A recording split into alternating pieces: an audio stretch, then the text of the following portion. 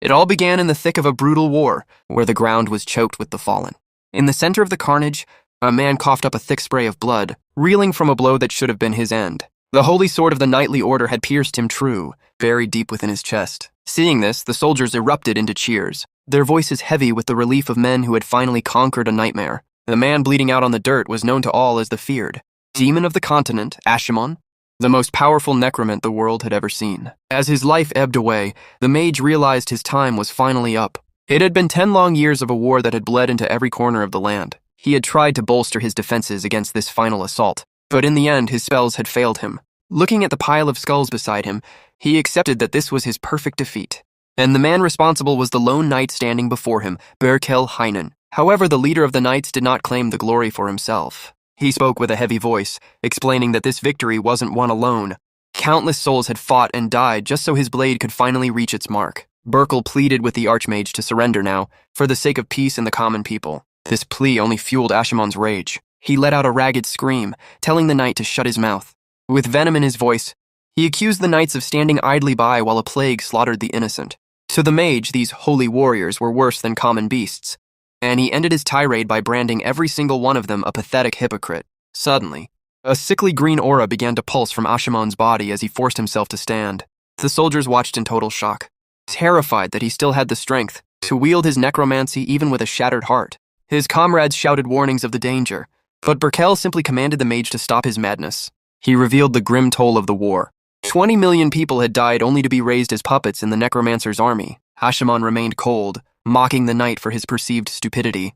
Berkel then struck a nerve, accusing the mage of being driven by nothing, more than a twisted desire for vengeance for his own fallen people. The necromancer challenged him to prove him wrong, and for a moment, Berkel fell silent. Then, the knight spoke of the true reason he had fought his way to this battlefield. He stared down his enemy with eyes full of unwavering determination, his sword beginning to glow with a brilliant light. He declared that everything he did, every drop of blood spilled, was for the future of the children. The archmage's body froze at those words. The hero spoke of leaving behind a legacy of hope for the next generation. And in that moment, Ashimon saw something that broke him. In the reflection of Berkel's eyes, he saw his own corrupted, twisted form, but looking deeper. He saw a ghost of his former self. He saw the pure, justice-filled eyes of a knight he used to be, a man completely different from the monster he had become. As Berkel prepared his final strike, thinking of the descendants who would inherit the world, the necromancer was overcome with shock. His strength evaporated, and he finally collapsed to his knees in the dirt. The knight raised his sword high, preparing to deliver the final blow that would end the era of the demon of the continent. The time had come for the final blow to end it all. But just as Berkel stepped forward, he suddenly stumbled, causing his men to gasp in concern at the unexpected lapse. In that fleeting opening, Ashimon gripped a new sword etched with dark, pulsing runes and whispered a final taunt to his executioner. He asked Berkel if he had any last words, his lips curling into a bloody smile as he declared that killing a man of his stature was never going to be that simple.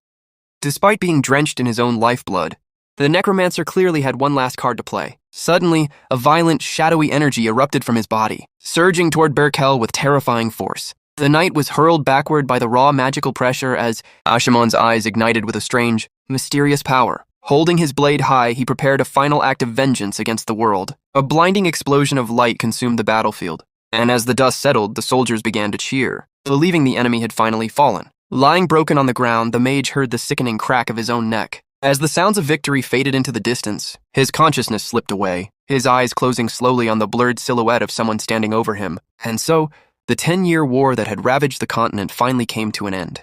This was the death of the demon of the continent, the necromancer known as Ashimon. Yet, in what should have been his final moment, something inexplicable occurred. The scene shifted abruptly to a massive, opulent mansion during a night of raging storms. Inside, two maids were buzzing with excitement, having noticed the young master's lips twitch for the first time. Confused by the warmth and the unfamiliar surroundings, the mage wondered what on earth was happening.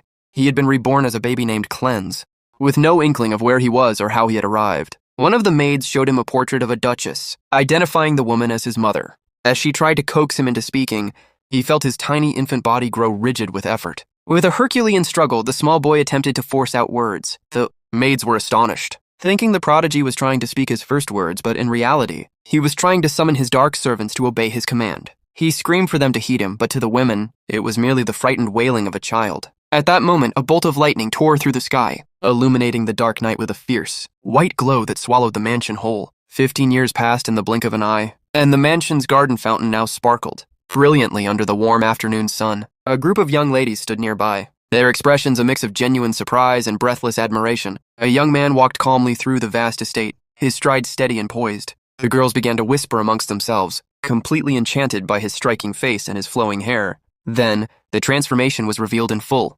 A breathtakingly handsome youth with hair as white as snow. He possessed an appearance so perfect it seemed as though he had been sculpted by the gods themselves. The ladies sighed, gushing over how dazzling the young Master Cleanse had become, with one of them wondering aloud what he could possibly eat to achieve such divine beauty. The girls were left wondering what divine nectar a person would have to consume to look so ethereal. Their daydreaming was cut short when a man approached Cleanse in the garden, lugging a heavy bucket. Without warning, he doused the boy in holy water, screaming for the evil spirit to vacate the vessel it inhabited. This was Garrison, a priest who had been convinced since the beginning that something was deeply wrong with young Cleanse. He pointed a finger at the 3 nearby girls, claiming they had already fallen under the boy's dark influence. Sopping wet and unimpressed, Cleanse asked if the priest ever grew tired of this endless purification ritual. Garrison doubled down, insisting that the soul of the Archmage Ashimon resided within the boy. Even as Cleanse denied being a necromancer, the priest caught a glimpse of his cold expression and splashed him with yet another bucket of holy water. Walking away, Cleanse muttered to himself, wondering if the priest was genuinely insane, calling him a psychopath under his breath. Garrison, hearing the insult, ordered his men to seize the boy and drag him away, declaring that he needed a bath in boiled water to learn his lesson. As he was dragged off, the youth reflected on the day he had died. He remembered his execution vividly, followed by the jarring sensation of waking up in an infant's body, because his first words had been a dark necromantic incantation. He had been branded a demon from birth. It was in that vulnerable state that he first met the priest of the Holy Order. Garrison. Cleanse recalled the giant silhouette of the man looming over him. A meeting that marked the beginning of 15 years of absolute misery. His upbringing included 24-hour prayer marathons that never ceased, forced baths in freezing garlic water, and purifying fire shows, where he was bound to a cross for all to see. Under the guise of holy rituals, he had endured every form of torture imaginable. Now, 15 years later, he sat at his own party with a look of utter disdain. His personal maid, Aaron, prayed fervently that he would follow the legacy of a hero, but Cleanse looked like he'd rather be anywhere else. Losing his patience with the religious atmosphere, he stood up and hurled his party hat across the room. Aaron looked crushed, complaining that she had made that hat with her own hands and heart. Feeling a sudden pang of guilt for upsetting her, Cleanse moved to retrieve the item and apologize. However, his sympathy vanished the moment Aaron revealed that it was actually Priest Garrison who had crafted the hat. Cleanse froze in his tracks, his face twisting into an expression of pure horror and visceral disgust. Just then, Garrison appeared behind him, his voice booming as he called out Cleanse's name. The priest seemed moved to tears, touched that the boy had supposedly worn the hat for an entire week without taking it off. In response, Cleanse took the hat and crushed it beneath his heel, smiling as he declared he would never wear such trash again. Garrison erupted, screaming that the evil spirit of Ashimon had finally revealed its true colors. The heated confrontation was abruptly cut short, however, by the sudden arrival of Commander Dunkel, whose presence shifted the heavy tension of the garden in an instant. Commander Dunkel stepped forward, his voice cutting through the tension as he remarked that the rumors of the boy being the reincarnation of Ashimon had been circulating for over a decade. He reminded the priest that the Holy Order itself had officially declared there was nothing abnormal about the child. Upon hearing this, Garrison immediately released his grip on Cleanse, nodding in deferential agreement with the commander. Scrambling up from the floor, the boy realized that while the priest chose to ignore him, he obeyed Dunkel without hesitation. It was a cold realization. The priest wasn't just a fanatic. He was a shark who knew exactly how to play the game of politics. As the clergyman turned to leave the hall, he paused to cast one last glance back, warning that there was always a chance for something to happen in the distant future. With that ominous parting shot, he bid everyone farewell, only to pop his head back in to cheerfully remind Cleanse that their next purification ritual was scheduled for the coming Friday. Cleanse watched him wave, his blood boiling with a silent rage, as he muttered an "until then" through gritted teeth. Left alone, the young man slammed his fist into a sofa, his frustration overflowing. He couldn't wrap his head around how a man could systematically torture a child and still be revered as a holy cleric. Aaron approached him tentatively with a towel, whispering a question that had haunted her for years. Was he truly no longer the Archmage? Cleanse denied it with every fiber of his being, swearing he never wanted to hear that name again as long as he lived. Privately, however, his thoughts were a storm of secrets. He knew he couldn't reveal the truth to a soul. Since his rebirth, his life had been a gilded cage, monitored constantly because of the rumors, even leading to him being imprisoned within a monastery for 7 agonizing years. Seeking to change the subject, the boy asked about the executor, wondering if it was a high-ranking position within the order. The man standing beside him took on a somber tone, explaining that the title belonged to the strongest warrior in the entire order, a fact that genuinely surprised Cleanse. It was said that almost no one could stand against an executor, with the sole exception being the Duke of Cleanse's own noble family. Impressed by the sheer power of his bloodline, Cleanse began to clap his hands in genuine excitement. He curiously asked, who was considered the strongest duke in the history of their house? The man noted that while the 7th Duke, Cleanse's own father, was formidable, the 1st Duke remained the pinnacle of strength. Cleanse was taken aback. He had assumed the current line reached the peak. But the man remained firm in his conviction that the founder was unrivaled. Seeing the boy's intense interest, the man simply agreed with the young master to please him. Aaron noticed that Cleanse's gaze had become fixed on a particular portrait hanging on the wall of the Grand Hall. Commander Dunkel reflected on the irony of it all, thinking how no one could have ever predicted such a twist of fate. It had been 200 years since the 1st Duke founded their house, and as Cleanse stared at the gallery of his ancestors, he still struggled to process the absurdity of his new life. He scanned the portraits of the men who came before him, his eyes finally landing on the very 1st Duke, the strongest of the lineage. There, framed in gold and looking back with eyes full of justice, was the 1st Duke of the Heinen family, Berkel Heinen himself. The necromancer Ashamon had not just been reborn. He had been reincarnated as the direct descendant of the man who had killed him. The echo of his own dying scream still rang in his ears the moment he had spat his rival's name with his final breath. He remembered the weight of Berkel's words, that maddeningly noble declaration that the slaughter was all for the sake of the children's future.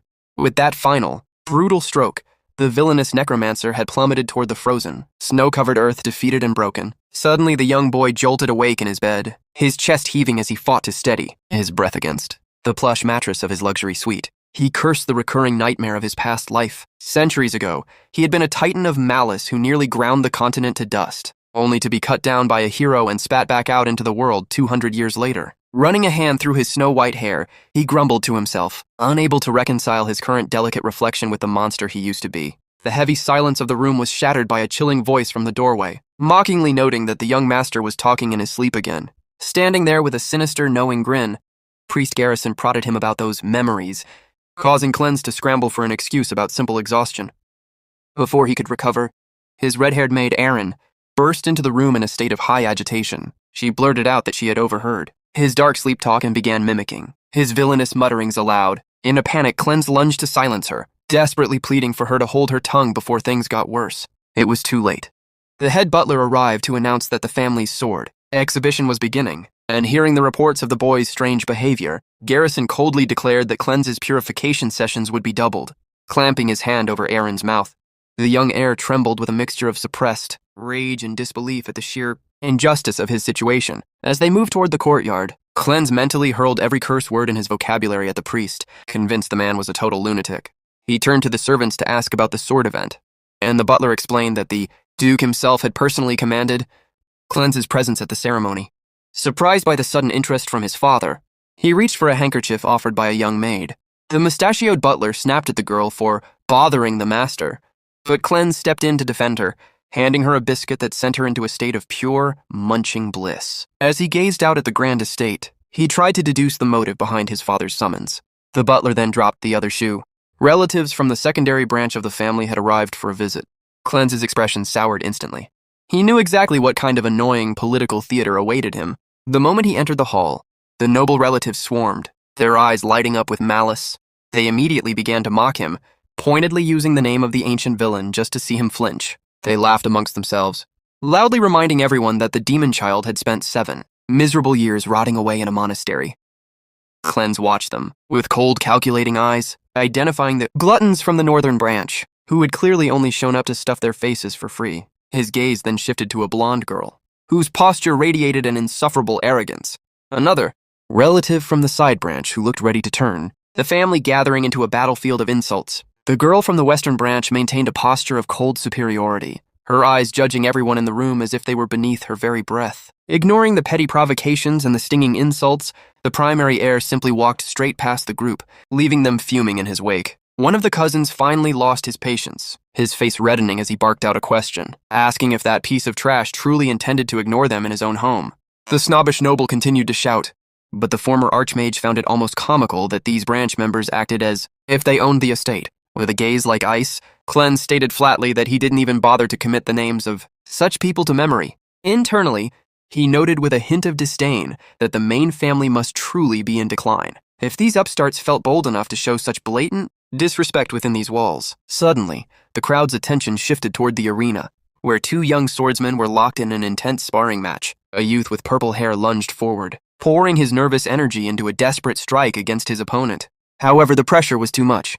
He buckled under the counteroffensive and tumbled backward, hitting the ground in defeat. Seething with humiliation, the purple-haired boy demanded that his opponent stop hesitating and actually fight him with everything he had. The golden-haired boy standing over him blocked the subsequent flurry of attacks with effortless grace, a confident and calm smile playing on his lips as he declared the match was already over. This was the prodigy Dellen Rhineland, Cleanse's older half-brother, whose sheer aura of superiority made it clear. Why he was the one upholding the family's prestigious name. Cleanse watched the exchange closely, his eyes beginning to glow with a faint, mystical purple hue as he activated his magical sight to dissect their abilities. Driven by desperation, the opponent attacked again, swearing that things would be different this time. Dellen surged forward, his sword becoming a blur. While the opponent tried to counter at any cost, Dellen maintained absolute control, weaving through the strikes and dodging a downward slash with fluid ease. Suddenly, Dellen became enveloped in a brilliant golden energy, his movements accelerating beyond the human eye as he prepared a special technique. Cleanse recorded every detail, using his eyes to analyze Dellen's footwork, the shifting of his weight, and the precise moment he used the tip of his toe to propel himself forward with explosive force. The purple-haired rival, blinded by rage, attempted a final, decisive blow aimed squarely at Dellen's face. Cleanse watched in awe as even the hidden flow of mana within the family's secret art was revealed to his gaze. In a split second, Dellen unleashed an explosive strike, the famous meteor sword technique, hitting his opponent dead center. The judge immediately halted the bout, declaring Dellen the victor. Ever the polite superior, the blonde youth offered a gentle, friendly smile, though he noted that his opponent would have been seriously injured had the strike landed with full intent. As the guests whispered in wonder at the execution of such a high-level technique, Cleanse realized the display was a calculated warning to the secondary families. Dellen then spotted his younger brother and approached with a mocking grin, asking if he had been watching for long and teasing that he would have tried. Even harder had he known Cleanse was in the audience. Looking at his brother's perfect skill and his mask of false kindness, the ancient villain felt a wave of genuine disgust, all while wondering what the true motive was behind the gathering of all these branch families. The atmosphere in the grand hall shifted, instantly as the presence of the seventh head of the clan, Duke Kenkelhenland, was felt by everyone. Cleanse felt a jolt of alarm as his father approached, the room falling into a heavy, suffocating silence. The Duke offered a rare nod of approval toward his eldest son, recognizing the immense effort Dellen had put into reach such a high level of mastery. The former archmage watched this exchange with a cynical eye, realizing that Dellen was the sole source of pride for the Duke and the entire family. Commander Dunkel chimed in, noting that Dellen's domain over the blade was truly extraordinary for his age. Ever the performer, the blonde youth bowed his head with feigned humility, claiming he still had much to learn. As the patriarch walked past, he spoke briefly of the heroic legacy they carried, and Dellen bowed in deep, devoted respect. Then, the Duke turned his gaze toward Cleanse, a gaze that was frigid, sharp, and dripping with undisguised contempt. Without a single word of affection, the Duke stared at the boy, his silence broadcasting the shame he felt over this failed heir. Then, to the shock of the assembled guests, the leader reached out and touched the silver-haired boy's head, only to coldly declare that he felt not a single spark of mana residing within him. Cleanse lowered his head and offered a quiet apology, fully aware that in this world, a noble without magic was considered little more than dead. Wait. Commander Dunkel stepped in to defend the boy, suggesting that the years spent isolated in the monastery had simply stunted his development. However, the damage was done. The crowd began to whisper maliciously, gossiping about the heir who possessed no mana at all. They muttered that if the main line had become this useless, it was time for the branch families to seize control. Walking away through the long corridors, Cleanse told himself he could endure the insults thrown at his person.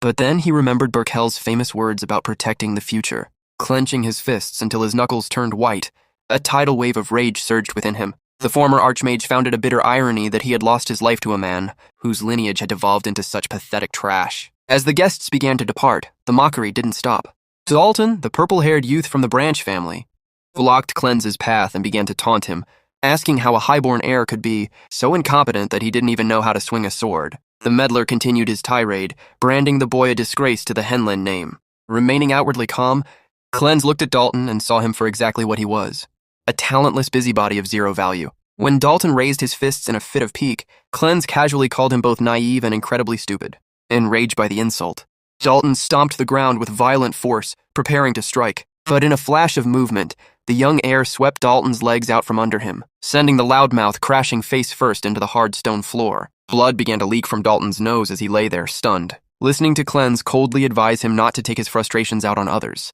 Desperate and humiliated, Dalton screamed a final low blow, calling the silver-haired boy a motherless bastard. At those words, Cleanse turned his head, his eyes igniting with a terrifying, predatory glow of pure fury. Seeing that demonic expression, the coward froze, his skin turning pale as he broke into a cold sweat of genuine terror. As he stared down the trembling boy, the former villain reflected that the real rot in this family was the disgusting superiority complex of people like Dalton. With a flicker of ancient magic beginning to stir in his veins, the necromancer wondered just how much longer he would have to play the part of the weakling. It was a bitter pill to swallow, seeing how far the clan had fallen. Cleanse recalled the divine, radiant image of the hero who had slain him, and he couldn't help but feel a twinge of pity for the pathetic state of Burkel's descendants. His grim reflection was interrupted by the arrival of the commander, whose voice boomed through the corridor, ordering the injured Dalton to cease his pathetic scandal. With a posture as unyielding as iron, the knight made it clear that he would no longer tolerate such blatant disrespect under his watch. Dalton gnashed his teeth in a silent, impotent fury, lacking the courage to talk back to a man of the commander's caliber. As he retreated, he threw a final, snide remark over his shoulder, telling Cleanse he should be grateful for having such a protective bodyguard. The loser scurried away in a ridiculous hopping gait, leaving the commander staring after him in confusion. Resting his hand firmly on the hilt of his sword, the knight assured Cleanse that the area was now secure. The silver-haired boy watched his subordinate with a distant, unreadable expression before breaking the silence. He looked at the knight and asked, quite simply, if he had a spare sword he could borrow. Later that night, the two walked deep into a dark forest, the ground swallowed by a thick, swirling mist. Halting their trek, the great warrior handed a heavy, cold steel blade directly to the boy. The commander questioned why the young master required a weapon at such an hour, but Cleanse remained silent, gripping the hilt and falling into a combat stance that mirrored his brother's. Seeing this, the guard decided it was time to head back to the mansion, deducing that the boy was likely just clinging to a desperate dream of becoming a swordsman. In his heart, the warrior felt a surge of pity. He knew that without a single drop of mana, all the effort in the world was futile. A person without magical power could never hope to become a knight of the Empire. Unaware of these thoughts, the boy began to swing the blade through the damp air, focusing entirely on his training despite his supposed inability to use the family's secret arts. Closing his eyes, the former archmage summoned the memories of the arena with crystalline clarity. He began to repeat the incredible footwork he had seen Dellen execute, his body moving with a precision that defied his young age. With a perfect leap, he synchronized the timing of his impulse, flawlessly copying the genius technique. Suddenly, a volatile purple aura began to coil around the sharp edge of the blade. As he recreated the sword's trajectory with terrifying perfection, purple sparks began to hiss and crackle intensely around his glowing eye. Sensing a sudden violent shift in the atmosphere, the commander spun around, his breath catching in his throat. He stood paralyzed, unable to process the overwhelming aura of power radiating from the boy he had thought was a weight. In that heartbeat, the air unleashed a colossal strike of pure, jagged purple energy toward a massive boulder. But just as the power peaked, a sharp light tore through the boy's pupil, disrupting the flow of his immense power. The shadowy aura shattered, dissolving into the cold night wind like glass. Despite the interruption, the enormous rock was sliced clean in half, the smooth surface of the cut glowing faintly. The commander was left utterly speechless, his reality crumbling as he stared at the destruction. Cleanse turned around slowly, his grip on the blade firm and steady. A surprised, knowing smile played on his lips as he realized that the ancient power he once wielded was finally beginning to answer his call once more. He had truly done it. He had replicated that powerful technique with chilling accuracy. Nearby, the young maid Erin stood frozen, her jaw dropped in a state of complete and utter shock, unable to comprehend the sheer impossibility of what she had just witnessed. The commander wasn't faring much better, a single bead of sweat rolling down his temple as he stared at the severed boulder, his mind reeling from the realization that the manaless boy was anything but. The scene shifted abruptly to the next morning, finding the young heir with his head plunged deep into a bucket of water. The commander stood over him, casually noting that the boy could now hold his breath for well over a minute. Gasping for air as he pulled his head back out, Cleanse had to endure the knight's dry humor about his aquarium rituals.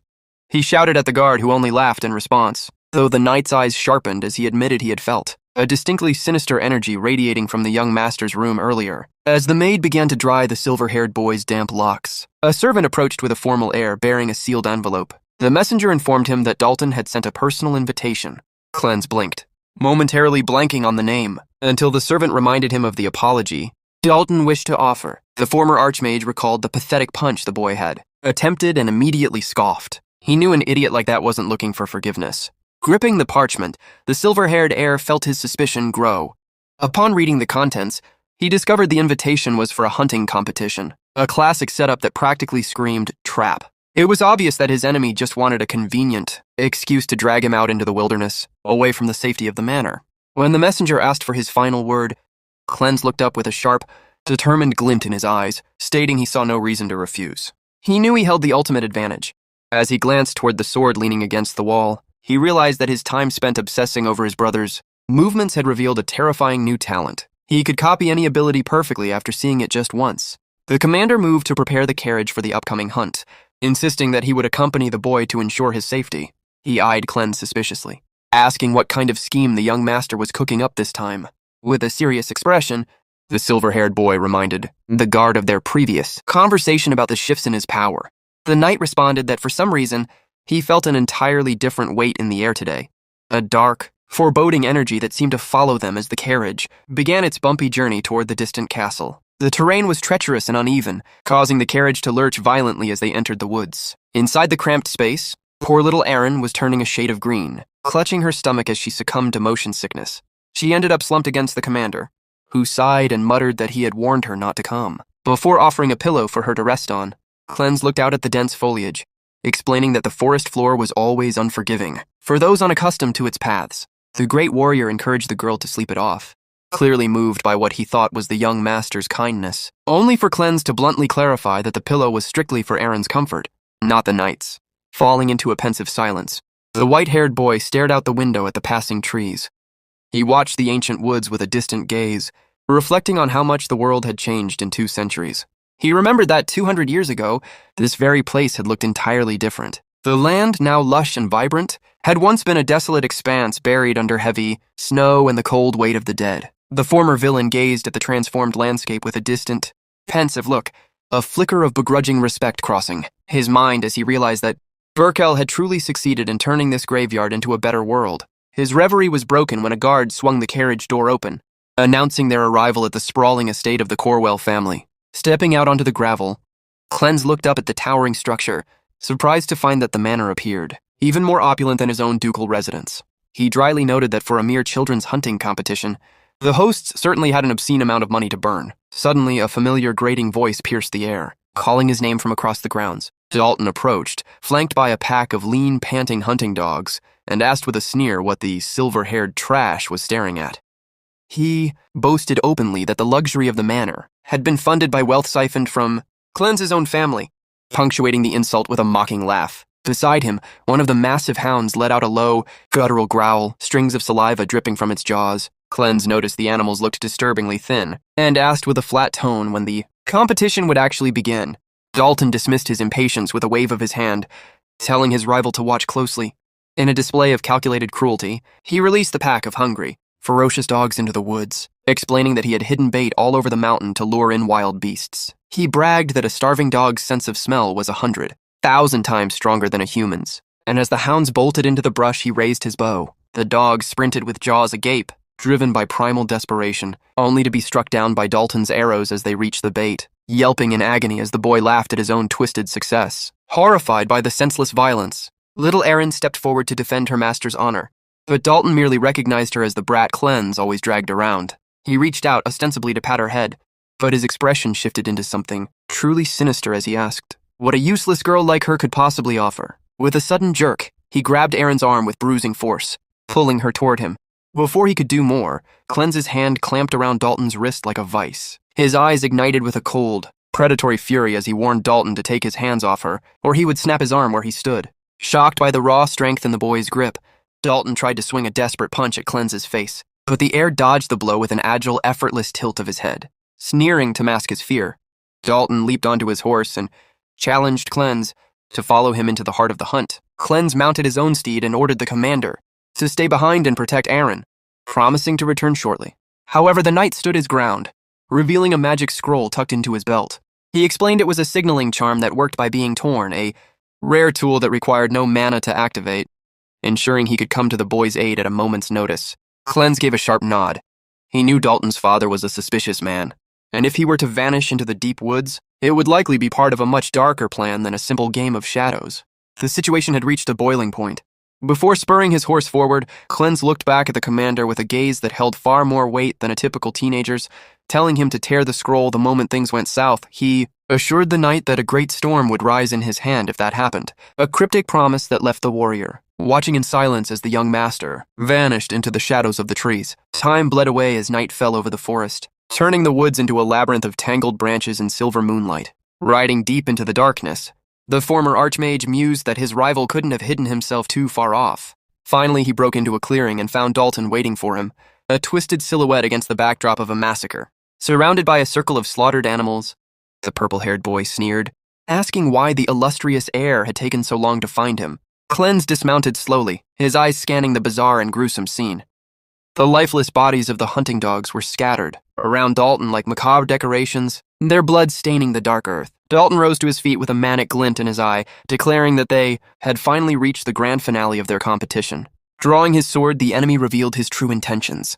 Cleanse himself was the final prey. He threatened to slaughter the boy and deliver the news of his tragic accident to his elder sister as a trophy.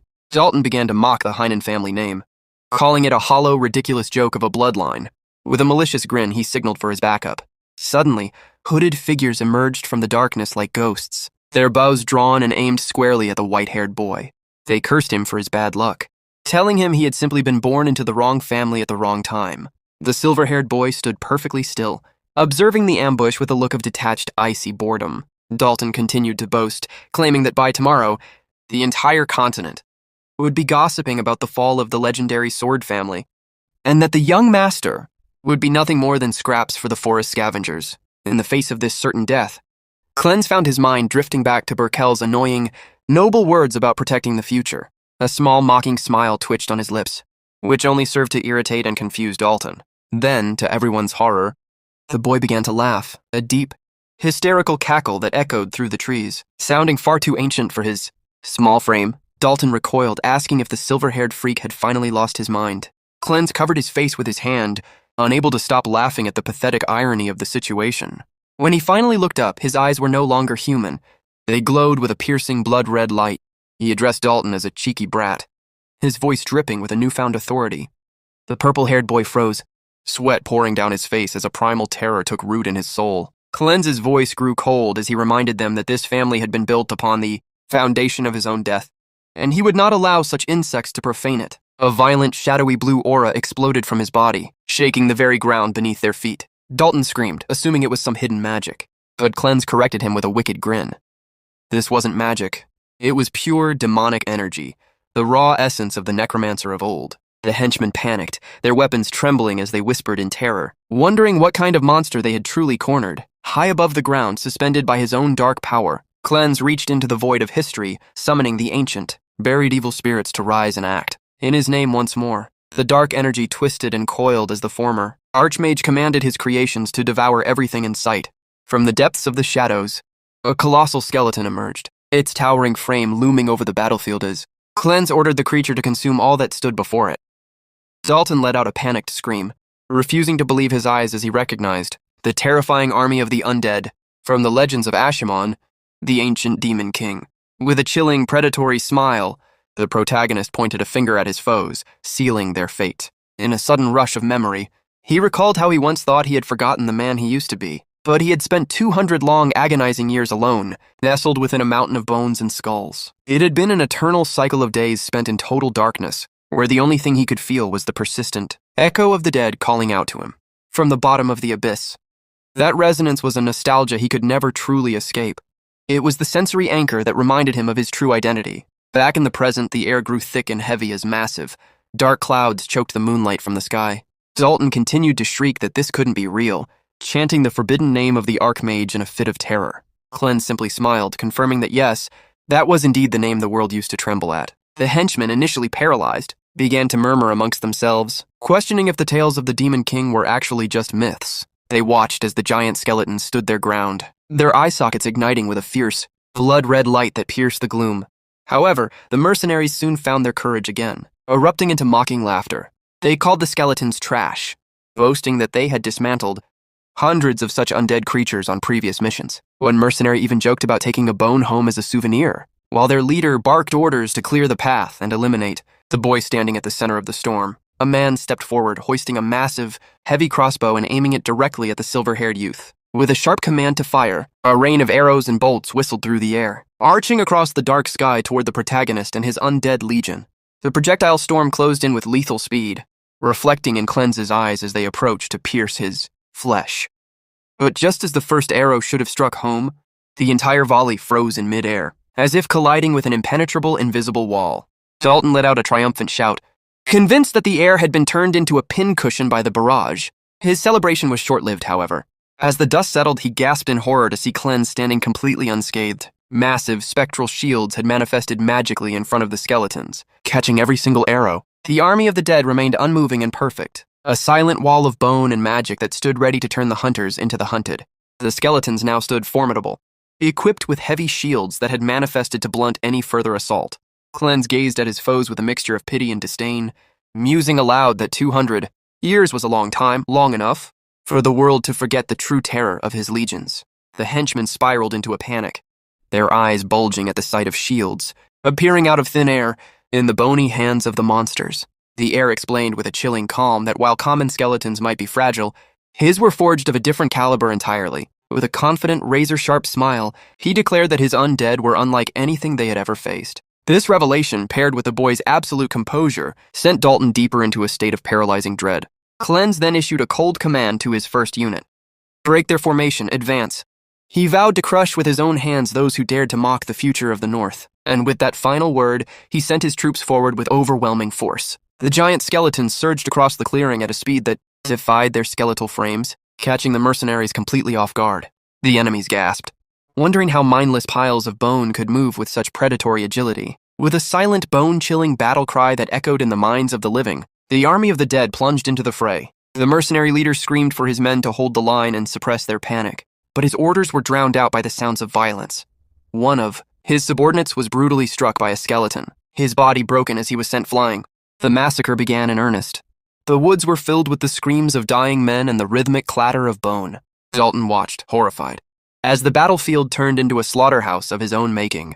Without missing a beat, the young mage ordered his second unit, the crossbowmen, to sweep the area and eliminate the stragglers. High in the gnarled branches of the surrounding trees, skeletal archers shifted into position, their hollow sockets locked onto their targets with unnatural precision. The surviving mercenaries felt their blood run cold as they realized the undead possessed long-range capabilities. With a dry, direct command, the former archmage ordered them to fire without mercy. A volley of lethal arrows whistled through the dark air at incredible speeds. The mercenaries were struck down where they stood, the force of the bolts pinning them to the earth as they cried out in agony. One particularly resilient mercenary leader tried to fight back, parrying the heavy blow of a skeleton with his sword. In his desperation, he shouted that this was impossible, that no mere necromancer could command such coordinated power. He realized that if the battle continued this way, every single one of them would be utterly annihilated. Dalton, seeing his world crumbling around him, screamed for his men to listen, but his voice was lost in the chaos of the carnage. A skeleton crept up behind him, its jagged blade raised for a killing blow. Snarling in a fit of panicked rage, the purple-haired noble spun around and delivered a precise, powerful strike that severed the creature's head. For a fleeting second he celebrated, thinking he had found the weakness of the monsters by targeting the skull. However, his triumph turned to ash as the headless body of the skeleton didn't fall. Instead, it continued its advance, swinging its weapon back at him with unrelenting force. Dalton recoiled in terror, realizing that the rules of life and death he knew did not apply to the puppets of the Archmage. The villain stood frozen in a state of absolute disbelief, his mind screaming that a common skeleton should never be able to function without its skull. With a slow, mocking smile, the protagonist reminded him that he had already been warned. As the headless monster stood back up, it reached down, calmly retrieved its own skull from the dirt, and snapped it back onto its neck as if adjusting a piece of armor. Cleanse explained that this unyielding resilience was the primary reason he had been able to sweep across the entire continent in his past life. The sight of the creature self-repairing with its own hands sent Dalton spiraling into a primal terror. The former Archmage revealed the dark truth. Spirits summoned with pure demonic energy do not abide by the laws of mortal injury. They do not die easily. The surviving mercenaries were pushed past the brink of madness, wailing in despair as they realized they were fighting a war against an army that simply refused to stay down. Cleanse sighed, noting that with his current youthful body, he could only maintain 11 of these elite summons at a time, before asking the trembling men if they truly wished to continue this farce. While the forest was being painted in blood, the scene shifted back to the peaceful gardens of the mansion, where the commander and the little maid, Aaron, were sharing a laugh by the fountain. Aaron giggled, imagining the stories of the young master's supposed misbehavior at the monastery. The commander watched her with a softened expression, noting how much she seemed to genuinely adore the boy. With her cheeks stuffed with treats, she nodded enthusiastically, declaring that she loved him more than anything. She asked the knight if he truly understood how incredible the young master was, describing him as the personification of kindness. Her words created a haunting contrast. As she called him gentle, a mercenary was currently sprinting through the dark woods, shrieking in fear. As she called him sweet, a skeleton was cleaving through a henchman with a blade of dark magic.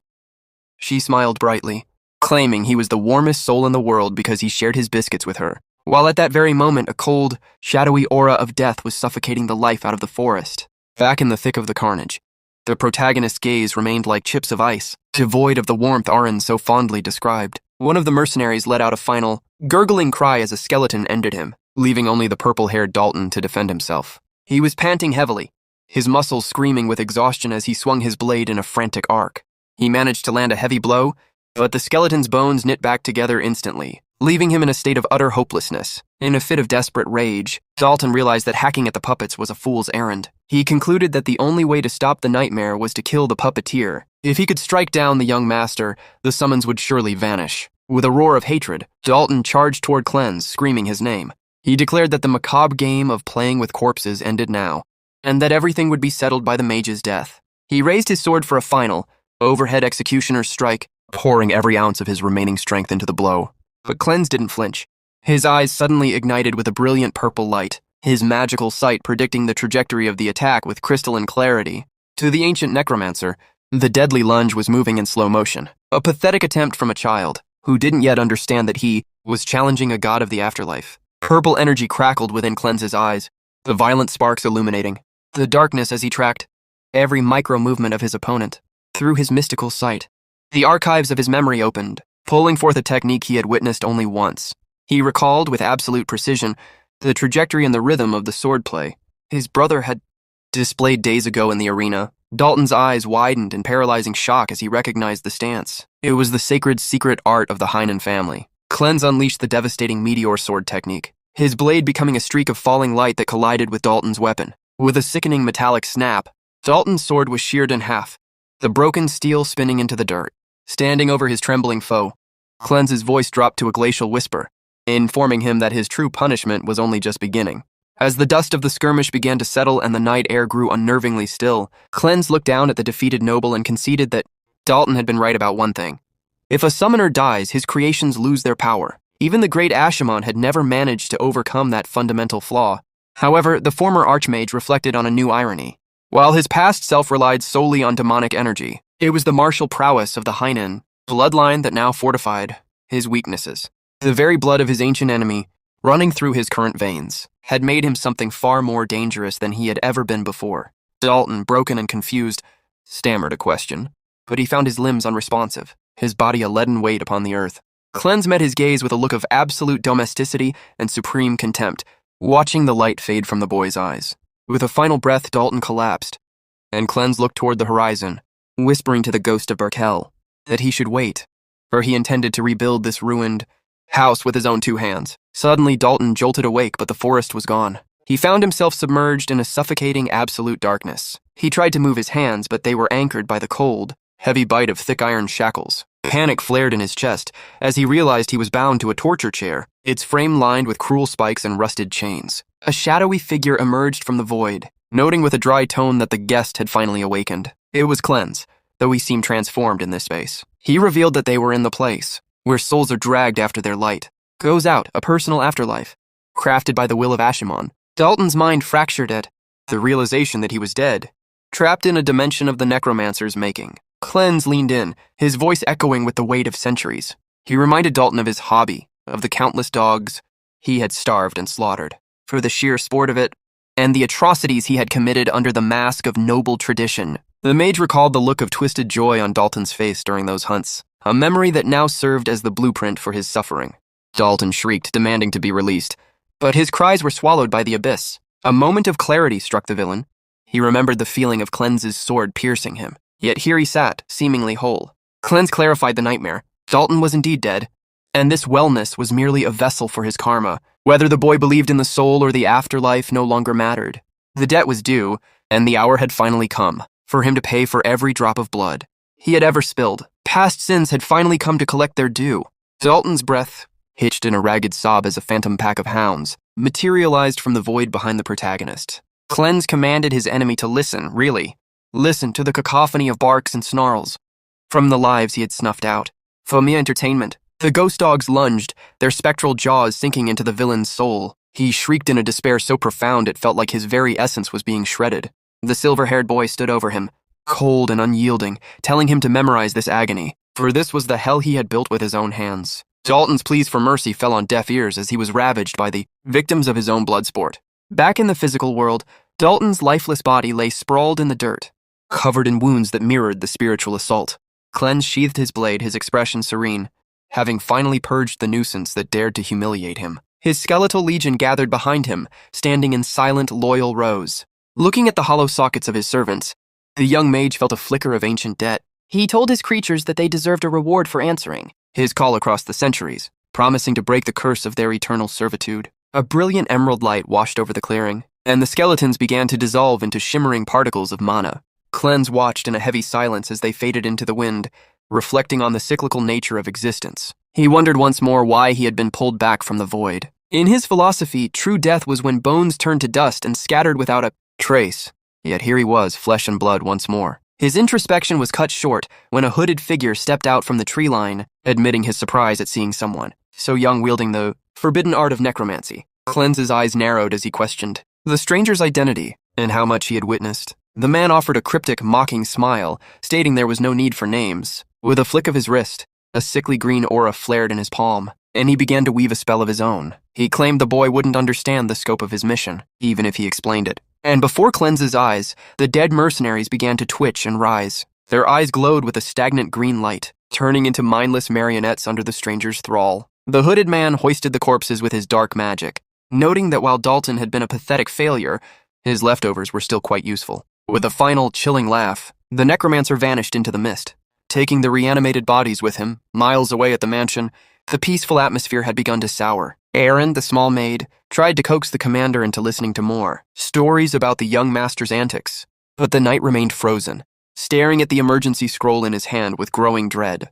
He couldn't shake the feeling that something had gone horribly wrong. It had been 3 hours since the signal started to feel off, and his instincts were screaming of a trap. He moved to leave the estate to find Cleanse, but his path was suddenly barred by 2 grim-faced castle guards. The tension in the air snapped like a bowstring as the commander realized the conspiracy against the young heir went far deeper than a simple hunting trip. The guards at the mansion blocked the way with cold, impassive faces, stating that it would be a severe problem if the commander were to abandon his post now. The knight stood in a heavy silence, his eyes narrowing as he recognized the crest of the Corwell, family emblazoned on their uniforms. It was the confirmation he needed. Dalton's family had been weaving this web of betrayal from the very start, preparing for the worst. The commander drew himself up to his full height and issued a final warning. He would no longer stand idle if they attempted to bar his path again. Intimidated by his overwhelming killing intent, the Corwell guards hesitated. The knight turned to Erin, the young maid, and told her to retreat to the safety of the manor with the priest, who had accompanied them on the trip. However, one of the guards informed him with a grim expression that the priest had already departed long ago. Recalling Cleanse's earlier warnings and sensing the dire urgency of the moment, the commander vaulted onto his horse.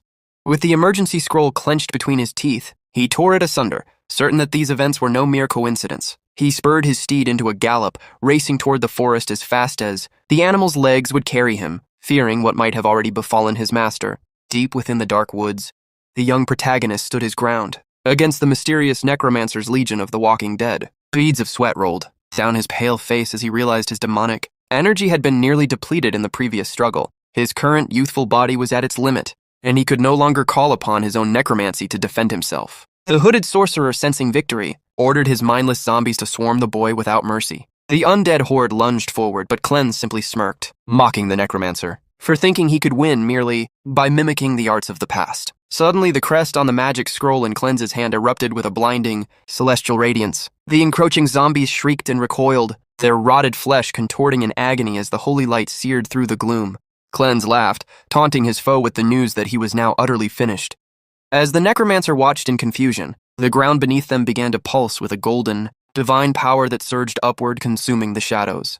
From the heart of the radiance, the priest who had been traveling with the young heir appeared, his eyes burning with a fierce golden fire. With a voice like rolling thunder, he invoked the light to purify the abominations before him, turning the zombies into nothing more than drifting ash. He assured the young master that he could rest easy now, for the church would handle the rest. The stunned necromancer demanded to know the identity of this newcomer, who wielded such overwhelming holy force. The priest met his gaze with a look of absolute determination and introduced himself as an exarch of the Holy Order. Exarchs were the Church's supreme human weapons, 3 chosen warriors who swore to execute the absolute will of the Pope. They were the only ones capable of wielding the holy weapons left behind by Saint Galagund, and it was whispered that a single exarch possessed the martial power of an entire fortress. The necromancer trembled as the priest's holy aura began to physically crush the darkness he had conjured. Cleanse watched as the man he knew only as a simple priest revealed his true status as the strongest in martial prowess among the chosen 3. The exarch stepped forward, shielding the boy and promising to guard him against all evil. The remaining zombies, driven by the necromancer's frantic commands, snarled and lunged with savage fury, but they were no match for the divine light. The exarch raised a sacred tome, channeling his power into a baptism of fire that incinerated the undead where they stood. He commanded the sinners to listen and pray for their souls. Before it was too late, his voice carrying the weight of a final judgment, with a powerful stomp of his foot, a shockwave of golden energy rippled through the earth, shattering the ground and hurling the undead puppets away like leaves in a storm, delivering a final crushing blow. The exarch declared this act to be his mercy, a final judgment for lost and corrupted souls. The necromancer was sent flying by the sheer pressure of the attack, his mind reeling at the insanity of an exarch appearing in such a remote place. He spat a curse into the wind, realizing that his carefully laid plan had just collided with the most terrifying force the Holy Order had to offer. The hooded necromancer spat at the ground, his voice cracking, as he complained that such divine power was nothing more than a grand lie. Terrified, he turned to flee the clearing. But in his frantic escape, his mask slipped and fell to the forest floor, exposing his secret identity to the moonlight. He didn't get far. The exarch materialized in his path like a vengeful god, asking with a terrifyingly calm voice just where he thought he was going. The necromancer shrieked as the priest's mental pressure invaded his very mind, crushing his will. Gasping for air that wouldn't come, the sorcerer listened as the priest whispered that the prayer wasn't over yet, that he should be grateful for the judgment the divine light was about to bestow upon him. In the name of the Holy Order, the exarch delivered a final, purifying strike that reduced the man to a pile of gray ash. Cleanse watched the execution with rapt attention, noticing one of the necromancer's eyes roll across the dirt until it stopped at his feet. As he leaned down to pick it up, he reflected on the exarch's terrifying efficiency. With a single step and the mere pressure of his presence, the priest had obliterated over 20 bodies instantly. The sheer, overwhelming scale of that strength left even the former archmage deeply impressed. Suddenly, a blood-stained hand clamped onto Cleanse's shoulder with bruising force. It was the exarch. His eyes narrowed as he looked the boy up and down. He remarked that he had rushed to this location the moment he sensed a surge of necromancy.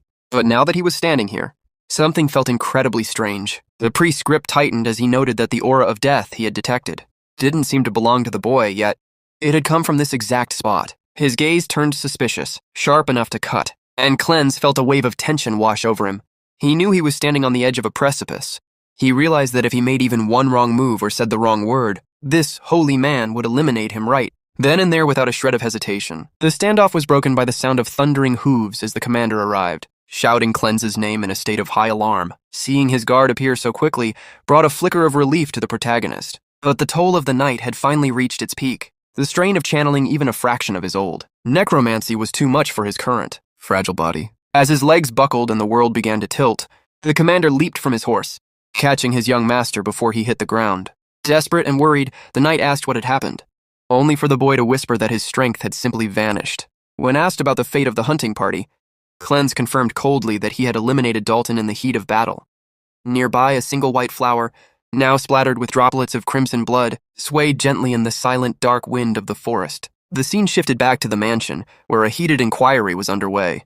The news of Dalton's death had struck like a thunderbolt, and Count Delkin Cornwell, Dalton's father, slammed his fists onto the table in a blind rage.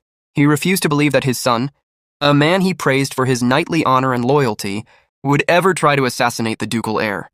An investigator intervened, showing the Count a document that proved 20 of his own mercenaries were present at the scene. The Count's face paled as he realized his men had been caught, but he quickly pivoted to a new defense. He argued that it made no sense. Dalton was a trained warrior, and everyone knew Cleanse had no mana and couldn't fight to save his life. Desperate to save his reputation, the Count began to attack Cleanse's character, bringing up the bizarre rumors surrounding the boy's late mother. He accused the boy of hiring an assassin to kill Dalton and then framing him for the crime. Just as the Count's accusations reached a fever pitch, a powerful, commanding voice rang out from the entrance, telling him to shut his mouth. Cleanse walked into the room, noting with a dry smirk that there seemed to be no limit to the nonsense these men would speak. He stated clearly that he had acted in self-defense, and that the priest had assisted him against the true threat of the Necromancer. When the Count called him a liar, Cleanse met his gaze with an iron-willed stare, his eyes flashing with a faint, mocking pink light. With a razor-thin, ironic smile, he asked if his being Ashimon was now an established fact in their minds. The Count felt a sudden, suffocating pressure as the protagonist reminded everyone of the vow he made the moment he ended Dalton's life. A solemn oath to rebuild the crumbling foundations of the Hainan family with his own hands. The boy's voice carried a chilling conviction.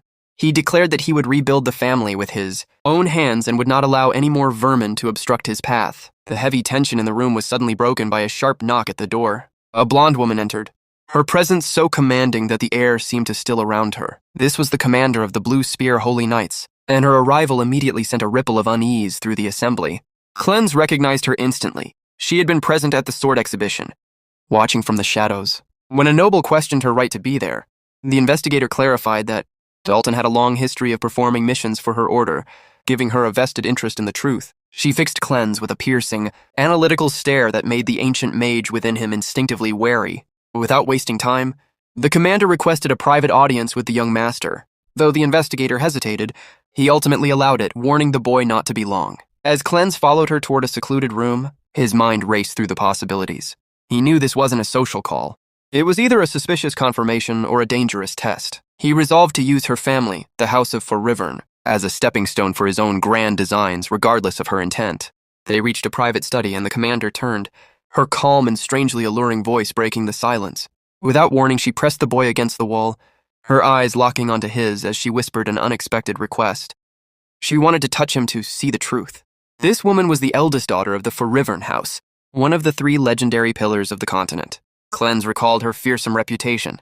Records described her in battle against savage orcs, where her blue eyes would glow with a lethal intensity as she danced through the fray with her spear. She was a living legend who had single-handedly annihilated high-level monster orders, standing alone amidst piles of corpses as the undisputed protector of the civilians. Back in the present, her intimidating aura remained, even as she teased him. When Cleanse hesitated, she snapped at him to stop pretending they were close. Despite their distant family connection, she reminded him that since she was the daughter of a first wife and he was from a different branch, they shared no true blood, meaning she felt no familial obligation to hold back her personal curiosity.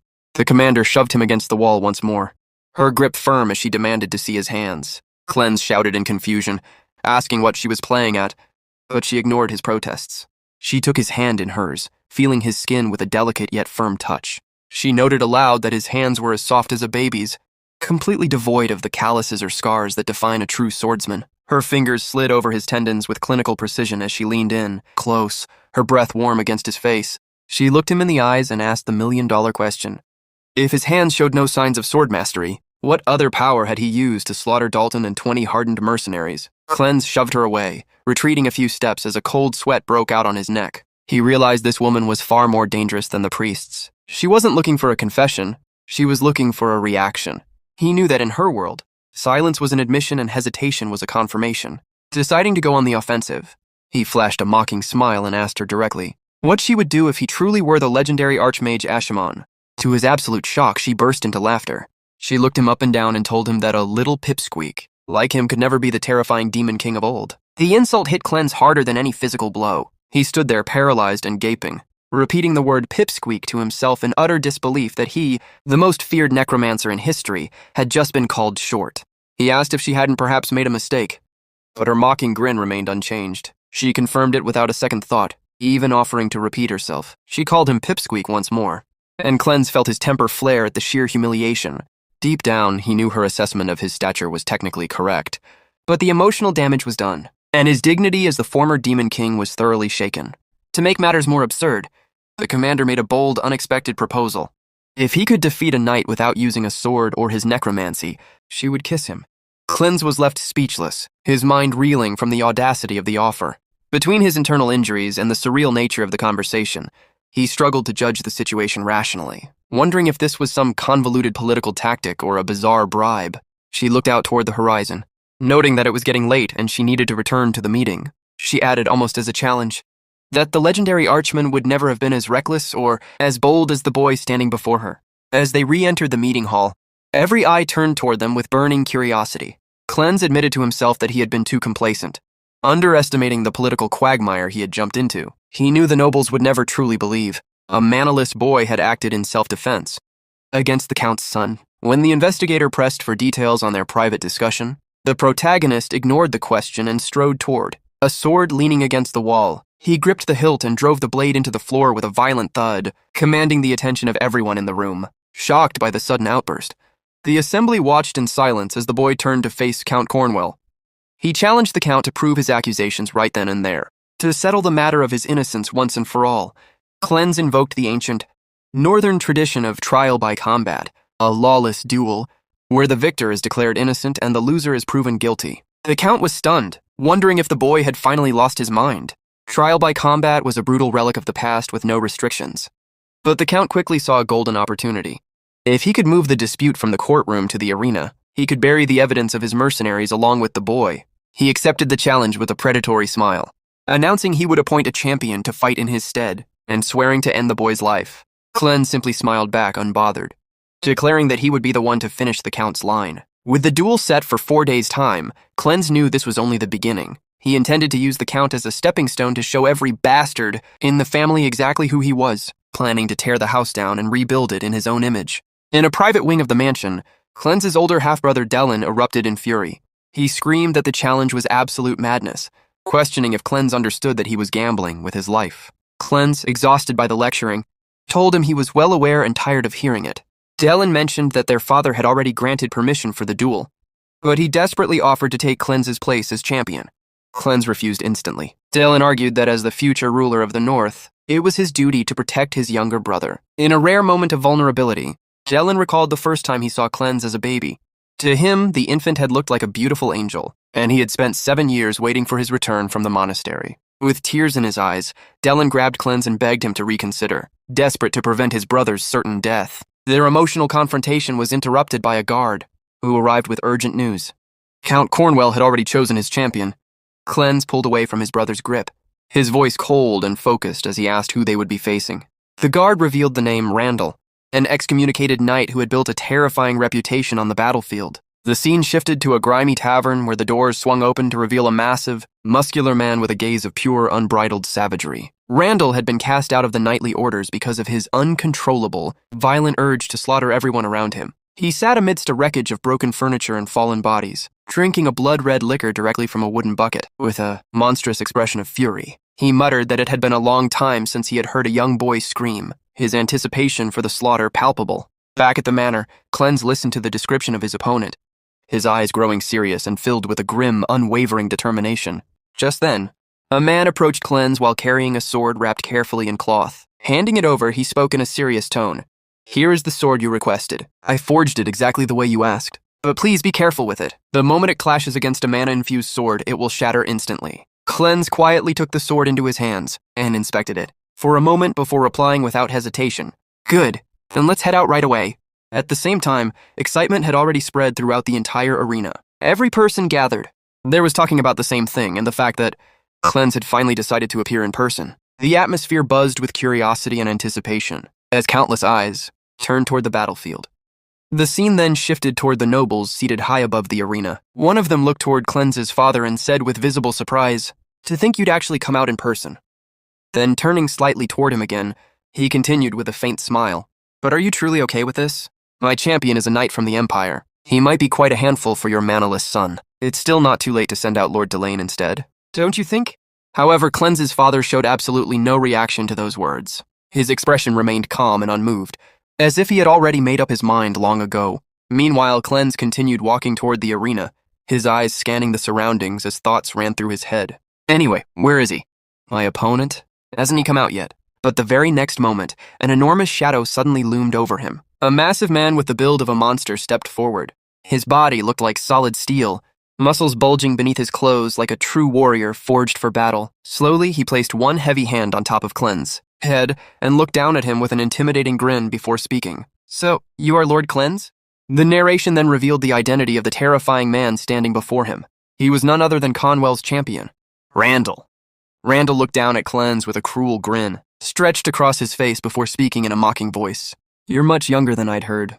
Good, those arms of yours are so thin. His eyes narrowed dangerously as he leaned closer. I wonder what kind of sound you'll make when your neck snaps. The instant Cleanse understood what was happening, he jumped backward at incredible speed, creating distance between them in a single movement. The sudden reaction shocked the audience, and murmurs immediately spread across the arena. What was that just now? Did he just run backward? Up in the stands, the same nobleman from earlier looked toward Cleanse, father again, and spoke with amusement in his voice. Did you see that, Your Grace? He's already acting like this before the duel has even begun. Can he really handle a fight against someone like Randall? Meanwhile, Randall let out a low laugh before speaking once more. Oh dear. He already looks completely terrified. But Cleanse, while staring at him cautiously, was thinking something entirely different in his mind. It's not that. Damn, that startled me. It reminded me of when that priest grabbed my shoulder last time. I backed away without even realizing it for a second. That bastard is useless right until the very end. At that same moment, from high above the arena, Captain Laya Ren was silently watching everything unfold below. Her sharp eyes remained fixed on Cleanse as the atmosphere grew heavier with tension. Just then, one of the guards approached her in a hurry and said anxiously, Lady Helion will be furious if she finds out about this. We should head back, Captain. However, Laya answered immediately without even looking at him. I don't care. That woman isn't my mother anyway. Then, deep inside her thoughts, another idea crossed her mind. If he actually defeats that knight, I'll give him my lips. But even after thinking that, her gaze did not waver from the arena below. There's also something I need to confirm, she quietly added. Meanwhile, down in the arena, Cleanse stood there feeling the weight of everyone's attention on him. Embarrassment crept across his face as he thought to himself, This is so embarrassing. Then, trying to act calm and composed, he awkwardly spoke up while straightening himself. Well, you see, I've been suffering from a stiff neck lately, Cleanse straightened himself and spoke with clear irritation in his voice. So you'd better not touch my shoulder. But despite the warning, Randall slowly reached his hand forward once again, as if deliberately trying to provoke him. The moment Cleanse saw that, his expression twisted in annoyance and he immediately snapped back. I told you not to touch me, you perverted bastard. Are your ears stuffed with muscles too? Then again, that's exactly why the Empire abandoned you. For a brief moment, the entire arena fell silent. Then Randall's face slowly broke into a savage grin. Excellent, he said in a low voice. The fouler your mouth is, the more you'll have to scream with it later. The instant those words left his mouth, Randall grabbed forward and threw a devastating punch straight toward Cleanse.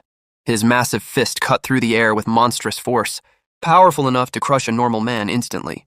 However, at that exact moment, Cleanse calmly unbuttoned his coat, and in the very next second, boom! Randall's fist smashed directly into the ground, causing a violent explosion-like impact that shattered the stone. Beneath him, dust and debris erupted into the air as cracks spread across the arena floor. But Randall's eyes widened in surprise. The only thing left in his hand was Cleanse's coat. Cleanse himself had already disappeared from that spot before the attack could land. The audience immediately burst into chaos. The ground shattered! Just what kind of power was that? Wait, look over there. Everyone quickly turned toward the opposite side of the arena, where Cleanse could now be seen standing at a distance with a short sword in his hand. His expression remained tense as he stared at Randall carefully. That bastard has a seriously nasty temper. Then, deep inside his mind, Cleanse began analyzing the situation calmly. A direct clash is going to be difficult, just as I expected. If I take even one hit from that massive body, I'll be the one blown apart. I hate admitting it, but this isn't a situation where I can afford to take it easy. Meanwhile, the spectators continued whispering nervously among themselves as they watched the overwhelming difference in raw power between the two fighters. I think he dodged that pretty well. But how is he supposed to defeat a monster like that? Another man nearby swallowed hard before speaking in disbelief. Even a single graze from that attack would shatter his bones. Some of the spectators were still whispering among themselves. He's just walking to his death. Nearby, Cleanse's friend called out his name, and at that moment he remembered what Cleanse had said earlier. "You're going to take my place in the trial by combat?" That would only hand them a legal excuse to kill the Rainland heir. As those words echoed in his mind, he silently thought to himself, "You're right. The fate of the family is on the line, so I can't just do whatever I want." However, before that thought could even fully settle in his mind, the fight had already begun on the other side of the arena. Randall suddenly rushed forward at terrifying speed, closing the distance between them in an instant. Cleanse immediately drew his sword and launched an attack. But Randall casually stopped the blade with nothing but his bare hand. The sheer force behind it shocked everyone watching. In the very next moment, Randall struck back, forcing Cleanse to slide backward across the ground. But Randall did not give him even a second to recover. Moving with overwhelming speed, he appeared right in front of Cleanse again and continued attacking relentlessly. While mocking him, Randall sneered, "Do you think you can win just by dodging?" Cleanse was using every ounce of strength he had just to block the incoming attacks. Each strike felt heavier than the last, pushing him further and further back. Meanwhile, Randall continued to ridicule him without mercy. "Why don't you try using your necromancy? Aren't you the great Archimond?" The moment Randall looked directly into Cleanse's eyes, he noticed something strange. Cleanse was smiling, not a confident smile, nor a cheerful one, but the kind of smile that carried irritation and suppressed rage. Deep inside, Cleanse clenched his thoughts in anger. "This is annoying. Should I just use necromancy and kill them all?" After witnessing that overwhelming pressure, even Randall instinctively stepped back in fear. Sweat began pouring down his face as his body reacted before his mind could fully understand what he had just felt. The confidence and arrogance he had shown until now were starting to crack. Among the audience, confused voices immediately began to spread. What? Did Randall just dodge? No way. He must be going easy on him. But Randall himself knew that was not the truth. Inside his mind, he was struggling to understand what had just happened. What was that just now?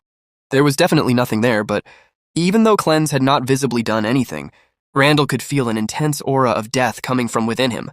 It was not something he could see with his eyes, yet his instincts were screaming at him to stay away. That invisible pressure alone was enough to make fear crawl through his entire body. Seeing Randall suddenly retreat like that, the man seated above the arena clicked his tongue in irritation and shouted, "What's going on? Why is Randall acting like that?" At that moment, Cleanse calmly stepped forward and spoke clearly in front of everyone present. "Don't worry, I won't use anything like necromancy, because I am a Rhineland. This is a place to prove oneself entirely with a sword." He paused briefly before continuing in a firm voice. "Therefore, I won't use necromancy."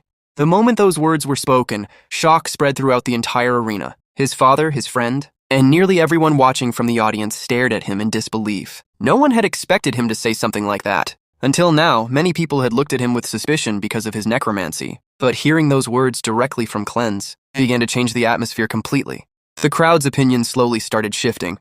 Then, little by little, people began cheering for him. "Yeah, this is what a trial by combat should be. We're with you. We'll support you." See, it wasn't just a bluff after all. The arena that had once been filled with doubt and mockery was now gradually being overtaken by excitement and support, all because of Cleanse's unwavering declaration. Randall infused even more mana into his blade, the energy around the sword growing sharper and heavier as he prepared himself for another attack. Staring directly at Cleanse, he muttered with confidence, "That brat has no mana." It was then explained why the Imperial swordsmanship style was feared across the Empire. The true strength of Imperial swordsmanship lay in never holding back one's mana, by pushing every sense to its absolute limit. Breathing, muscles, blood flow, and reflexes. A swordsman could unleash a single burst of explosive power capable of hunting down an opponent in an instant. Randall gathered all of his strength into one devastating strike and rushed forward at incredible speed. His entire focus was on ending the fight with a single attack. But at that exact moment, Cleanse calmly dodged. As he watched Randall's movements, Cleanse quietly said, "I can see it. His technique, mana capacity, even the arc of his blade. Every last bit of it." To Cleanse, Randall's attacks had started to look painfully obvious. Like a damn fly. Hearing those words only fueled Randall's anger further. Once again, he gathered every ounce of his strength into another attack, this time even more powerful than before. The force behind it was nearly double the previous strike. The moment the attack landed, a massive explosion erupted across the arena. Dust and mist spread everywhere, swallowing the battlefield and blocking everyone's vision. The audience could barely see anything through the cloud created by the impact. Randall's eyes widened in disbelief. Did he actually read every trajectory of my sword in that short a time? Then suddenly, from behind him, Cleanse appeared, moving through the smoke without a sound. Cleanse stepped directly into Randall's blind spot and prepared his counterattack. With a body that size, your back is completely exposed. The next instant, Cleanse struck. His timing was flawless. The precision and smoothness of his technique were so incredible that everyone watching was left completely stunned. Even the experienced warriors in the arena could hardly believe what they had just witnessed. Meanwhile, inside his mind, Randall was in total confusion. This makes no sense. This bastard, he doesn't have any mana, so how the hell? Not far away, one of the soldiers standing beside Laya Ren spoke in disbelief. Did you just see that, Captain? At that moment, Laya Ren herself was blushing slightly as she watched Cleanse fight. Clearly affected by the overwhelming skill and confidence he was displaying before everyone. After that, the scene shifted to another place, where a heavy silence filled the room. In the middle of it, a voice could be heard speaking calmly yet filled with frustration. Normally, I would have stepped in myself. Before anyone else could react, another man quickly answered, "Your Grace, that's..." But his words were cut short by the protagonist's father. "I know," he said in a low voice. "I shouldn't act on personal feelings. If I step forward now, the prestige of the Rhineland family will only fall even further." His expression grew darker as he continued. "But the opponent is a knight from the Empire. Cleanse has absolutely no chance of winning." The other man looked troubled after hearing that and asked carefully, "Then why did you permit the duel?" For a moment, the protagonist's father stayed silent, as if carrying years of regret inside his heart. Then he finally spoke. He stepped forward to defend the honor of his late mother. His voice was heavy with guilt. "Even when he was falsely branded as Archimon and locked away in the monastery, I couldn't save him." His fists tightened slowly. "So what right do I have to stop him now?" The atmosphere became even heavier. "In the end," he continued bitterly, "I can't protect anything. Not my child, not my family." Hearing those painful words, the other man immediately tried to reassure him. "You don't need to worry. Your Grace, young master doesn't fight losing battles." Right after that, the scene returned to the present battlefield. The duel was still ongoing. Yet even Cleanse's father could not hide the shock in his eyes after witnessing what was happening before him. At the same time, the narration began to explain the history and nature of the Rhineland family. The Rhineland family was known as the Northern Swordsmanship family. In order to survive the merciless frozen lands of the North, they developed a sword style that reduced mana consumption to the absolute minimum. Every movement was refined for efficiency, conserving strength and mana so they could endure long battles within the brutal icy fields. On the other hand, Imperial swordsmanship was completely different. Imperial swordsmanship was predation itself. Imperial swordsmanship was a style built entirely around domination, overwhelming the opponent by unleashing an enormous amount of mana all at once and crushing them before they could react. In contrast, Rhineland swordsmanship followed a completely different philosophy. It focused on patience, precision, and striking only at the perfect opening while using the smallest amount of mana possible. That was the true essence of the Rhineland family's techniques. The ultimate swordsmanship that achieved maximum efficiency with minimal mana. As the realization spread across the battlefield, Cleanse spoke calmly while facing Randall directly. "This is how I, someone without mana, can still wield my family's techniques." His eyes remained steady despite the pressure pouring from his opponent. "It might lack power, but it's more than enough to beat down a guy like you." The moment those words reached him, Randall's expression twisted with rage. Veins bulged across his face as he glared at Cleanse furiously. "You little rat!" At the same time, an overwhelming amount of power suddenly began gathering throughout Randall's entire body. Mana surged violently around him, growing denser and heavier every second. It was clear that he was preparing to release every ounce of mana he possessed in a single, devastating attack. From above, the man watching the duel noticed the change instantly. His eyes widened as he thought to himself, "There it is. Randall's secret technique. A mana burst that instantly seals the opponent's movements." The pressure on the battlefield kept increasing non-stop.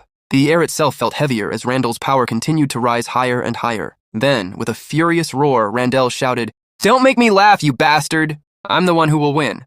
In the very next moment, he exploded forward at terrifying speed and closed the distance between himself and Cleanse almost instantly. His attack came crashing down with monstrous force, powerful enough to crush his opponent in a single strike. But at the last possible second, Cleanse reacted. Without panic, he moved his sword with perfect timing and blocked Randall's attack head-on. But there was one thing everyone still remembered about that sword. The warning that had been given earlier at the very beginning of the duel. The moment it clashes with a mana-infused sword, it will shatter. And exactly as predicted, the instant Cleanse blocked Randall's mana-filled attack. Cracks spread across the blade before it completely broke apart. Pieces of the shattered sword scattered through the air. Seeing that, Randall immediately smirked victoriously. "Serves you right. With this, your sword is..." But before he could even finish his sentence, Cleanse suddenly smiled. "Yeah," he said calmly. "Now it's finally complete. The weapon to hunt you." For a brief moment, Randall could not understand what he meant. Then it happened. Cleanse moved forward in an instant. Instead of treating the shattered weapon as useless, he used the broken blade itself like a short, mana blade designed for close-range combat. Before Randall could properly react, Cleanse stepped directly into his range and slashed at point-blank distance. A sharp strike flashed through the battlefield. Randall's arm was cut clean off. The severed arm flew through the air as blood scattered everywhere, and Randall's expression twisted into complete shock and agony. He let out a horrifying scream as he collapsed backward. At that moment, someone loudly declared, "The duel is over!" Meanwhile, among the people watching the fight, one man stared at the battlefield in disbelief while thinking to himself, just as the young master said, Rhineland swordsmanship can be performed with minimal mana, but that should only be possible for a seasoned knight. Yet he flawlessly executed everything, from the footwork to the path of the sword. And on top of that, he deliberately baited his opponent into breaking his sword, so he could strike from point-blank range. The man could barely believe what he had witnessed, no matter how you look at it. This is the young master's perfect victory. On the battlefield, Randall continued screaming loudly in pain after losing his arm. Immediately, a group of healers rushed forward toward him in panic. "Hurry up and stop the bleeding. Quickly, hold his arm down, cast sleep magic." The entire area became chaotic as the healers desperately tried to stabilize him. Meanwhile, Cleanse calmly watched the scene before asking, "Can that be reattached?" However, despite his calm voice, he actually looked visibly disappointed. After hearing the severity of the injury, the healers quickly responded, "No, it only needs basic healing magic. We'll have to prepare a prosthetic arm." Hearing that answer, Cleanse simply replied, "Oh, really? Is that all?" At the same time, deep inside his mind, he quietly thought to himself, even after 200 years, healing magic hasn't advanced much at all. Then, from the other side, his father called out to him with a serious expression. "You feel nothing after seeing a severed limb?" The moment Cleanse heard those words, his expression slightly changed. "Right? I'm not Archimond right now," he reminded himself internally. After that, Cleanse quietly began walking away from the scene as if everything had already ended. While moving forward calmly, he thought to himself, should I pretend to be scared now? At that very moment, the true mastermind behind the entire incident finally stepped forward. His face was filled with disbelief and anger as he shouted, "This makes no sense! For Randall to lose? Do you even know how much money I spent to hire that knight?" Before he could continue raging any further, Cleanse's father suddenly spoke from behind in a cold and authoritative voice. "Count Conwell." The man immediately turned toward him. "As agreed," Cleanse's father continued, "admit your wrongdoing and fulfill the winner's demands." Count Conwell's face twisted with frustration and desperation. "I've lost my son and my exclusive knight. How can I—" But before he could even finish speaking, something horrifying happened. In an instant, it looked as though his head had been severed cleanly from his body. For a split second, everyone froze. Then the scene focused on Cleanse's cold, emotionless eyes as he stared directly at him. Delkin Conwell. The next moment revealed the truth. Delkin Conwell was still alive. His head had not actually been cut off. His entire body trembled violently as he frantically touched his neck again and again, unable to understand what had just happened. It had only been an illusion created by the terrifying pressure of Cleanse's power. Yet to him it felt completely real. Inside his mind, panic exploded. What was that? My neck, definitely. Sweat poured down his face as fear completely overtook him. Cleanse then stood directly before him and spoke in a chilling voice. "As the victor of this duel, I command you. Confess your sins before the Master of the North and kneel to beg forgiveness." His voice became even heavier, almost as if death itself was speaking through him. "Bow your head and beg for mercy, for you shall be crushed under the weight of your sins and repent." The moment those words entered Delkin Conwell's ears, true terror consumed him. He could almost see death standing directly above his head. His entire body shook uncontrollably, cold sweat dripped down endlessly, and even breathing became difficult. Unable to resist any longer, he finally broke down. "I was wrong," he stuttered fearfully. "My son and I dared to try and harm young Master Cleanse at the same time." The narration revealed the truth behind the terrifying ability Cleanse had used. This was originally a voice meant to call upon the souls of the dead.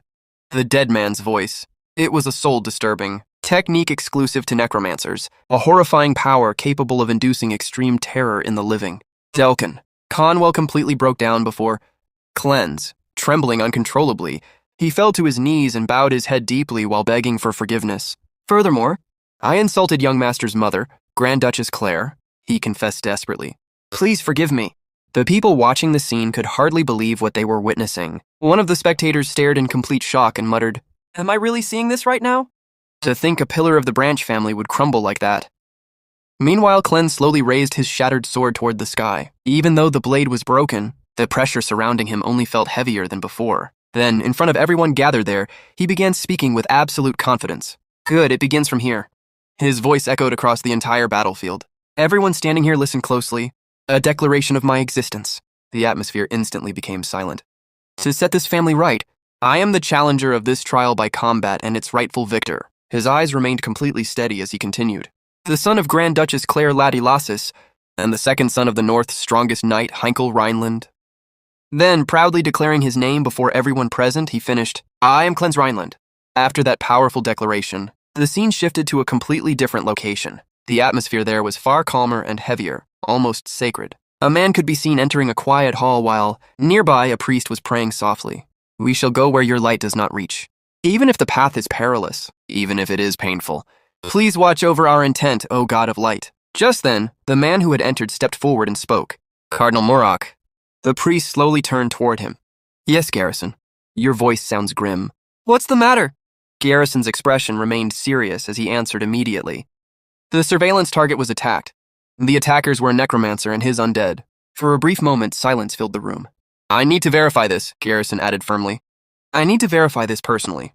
However, Cardinal Murak showed no sign of concern at all. Instead, he calmly replied, There's no need to worry about that. It was all part of the plan. He was dispatched in cooperation with the Empire. Garrison's eyes narrowed slightly. Cardinal Murak continued speaking as if explaining something completely reasonable. A necromancer is an existence that naturally incites fear. Those terrified by their appearance will inevitably seek out God.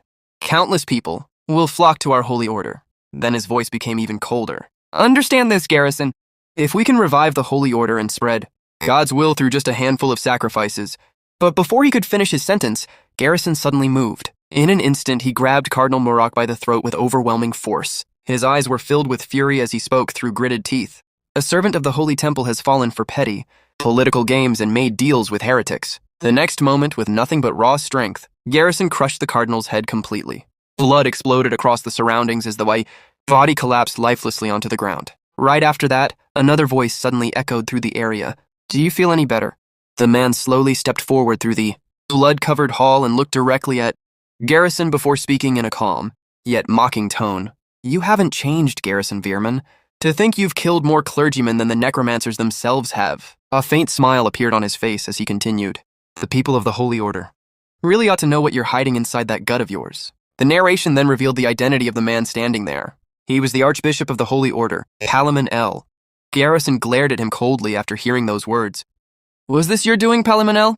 Palamon simply answered without hesitation. Of course not. I merely authorized it. Then his expression became more serious. And besides, he added, I brought a piece of information regarding your surveillance target.